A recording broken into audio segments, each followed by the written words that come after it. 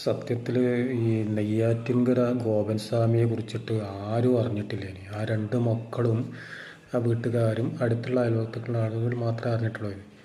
ഇപ്പം ഇത് ഒരു പെറ്റിഷൻ പോയത് കാരണം കൊണ്ട് ലോകത്തുള്ള എല്ലാവരും അറിഞ്ഞും ചെയ്ത് അവർക്കിനി ആ ഒരു സമാധി ഒരു വലിയൊരു സംഭവമാക്കിയിട്ട് അവർക്കിനി ഒരു നല്ലൊരു തീർത്ഥാടന മന്ദിരം ഒരു സ്ഥാനമാക്കിയിട്ട് മാറ്റാൻ സാധിച്ചു എന്നേ പറയാൻ പറ്റുള്ളൂ. കാര്യം എന്താണെന്ന് വെച്ചാൽ ഈ ഗോപൻ സ്വാമി സമാധിയാകുന്നത് മക്കളോട് പറഞ്ഞതാണ്. മക്കൾ പറഞ്ഞതെന്ന് പറഞ്ഞാൽ ഇതാരും അറിയിക്കേണ്ട, ഞാൻ സമാധിയാകും 3 ദിവസം കൊണ്ട് എന്ന് മക്കളോട് പറഞ്ഞതാണ്.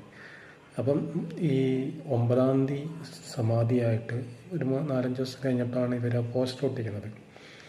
അപ്പോഴാണ് ജനങ്ങൾ അറിയണത് ഇയാൾ സമാധിയായത്. അപ്പം ആ കാരണം കൊണ്ട് അടുത്തുള്ള അയൽവക്കത്തുള്ള ആളുകളെല്ലാം ഇത് കേസായിട്ട് പോയി. മാൻ മിസ്സിങ് എന്ന് പറഞ്ഞിട്ടുള്ളൊരു കേസ്.